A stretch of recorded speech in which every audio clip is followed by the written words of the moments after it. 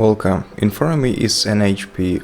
ProBook 450, and in this video I will show you how many RAM slots this laptop has. So to check the number of RAM slots on our PC, let's right click the taskbar, select Task Manager, then go to Performance, then select Memory, and down here we'll be able to see the number of our slots, which is 2, and both are occupied by 4 GB RAM sticks,